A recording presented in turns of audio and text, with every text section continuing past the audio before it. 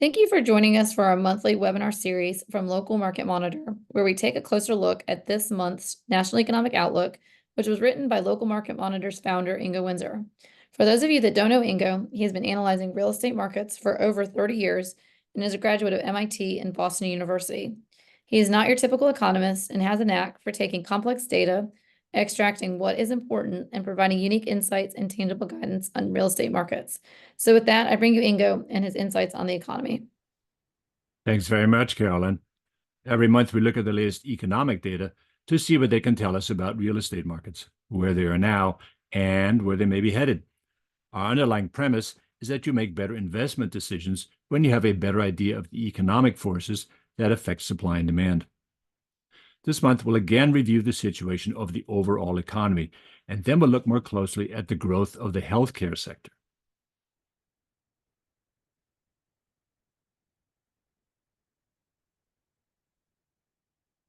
First, let's look at jobs, which is our best short-term indicator of how the economy is doing. Here's a picture of the monthly increase in jobs compared to the same month of the previous year.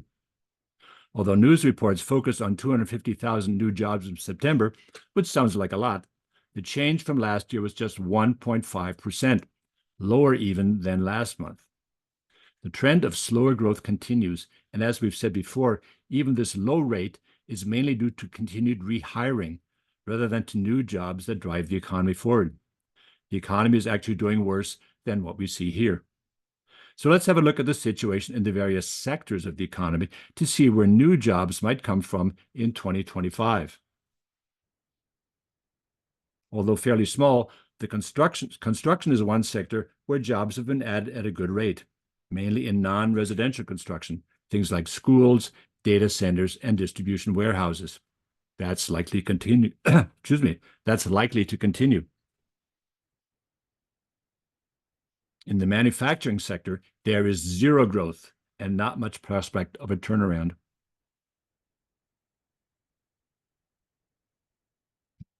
It's almost the same in finance, job growth of just 0.5%. And in retail, also 0.5%. The long period of restaffing at restaurants is over, and growth in this sector may flatten out around 1% a year, which it was before the pandemic.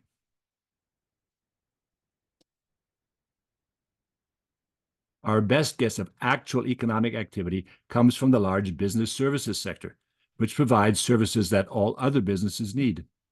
It's also adding jobs at just 0.5% a year. All of these sectors would do better if interest rates were lower, and they will be in 2025, but probably not by much. Things are a bit better in the large government sector. It's currently adding jobs at a 2% annual rate, well above the rate before the pandemic. But big reason for this increase is strong rehiring at the state level, probably at state and community colleges, where large numbers of people were laid off during the pandemic. We can see here that the rehiring already peaked last year and is slowing down. Once that's over, job growth in government probably will be less than 1% a year. So where will better growth come from? The big healthcare sector is the main reason job gains in September were at 1.5%. Part of that is because of rehiring at nursing homes, many of which were hard hit during the pandemic. Once this is over, job growth in healthcare will settle at a lower number, but not as low as in most of the other sectors. Some areas of healthcare aren't just rehiring, they're expanding. Home healthcare, for example, where jobs are increasing at an 8% annual rate. Healthcare has been one of the engines of growth for the last couple of decades, and it's worth taking a closer look at what that means for the U.S. economy. This table shows the relative size of the major sectors of the economy according to the percent of total jobs they provide. The construction sector, for example, provides 5% of all jobs in the U.S. right now. Somewhat surprisingly, the same percent as it did in 2000 and back in 1990. And the same is true for the retail and restaurant sector at 18% and the finance sector at 6%, no change. The government sector has shrunk a bit, but the big changes have been in manufacturing, business services, and healthcare. Manufacturing provided 16% of all jobs in 1990 and just 8% today. The difference, of course, is all the jobs that went to Mexico and China.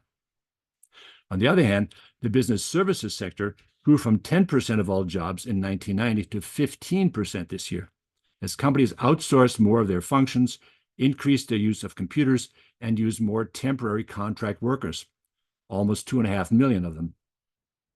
The other big gainer in jobs is the healthcare sector, which provided 7% of all jobs in 1990, 11% today, and very likely an even higher percent in the future. This deserves some discussion because, while business services can increase the effectiveness in businesses and boost the economy, healthcare beyond a certain level doesn't produce anything. It just transfers money from some people to other people. If you're a fairly healthy person, seeing the doctor once a year may be a good thing, but seeing the doctor 6 times a year won't make you any healthier. It will just cost 6 times as much. So an economy with healthcare as the main growth industry is unlikely to prosper very long. That's the situation we seem to be in. Healthcare costs already account for 17% of our gross domestic product, 1 out of every $6. That's it. In this time of uncertainty, it's important for bankers and investors to stay on top of local economic and real estate developments. Local Market Monitor provides the data and analysis they need with local market reports and Investors Metro analysis. Thanks very much for following along. This is our National Economic Outlook. I'm Ingo Windsor.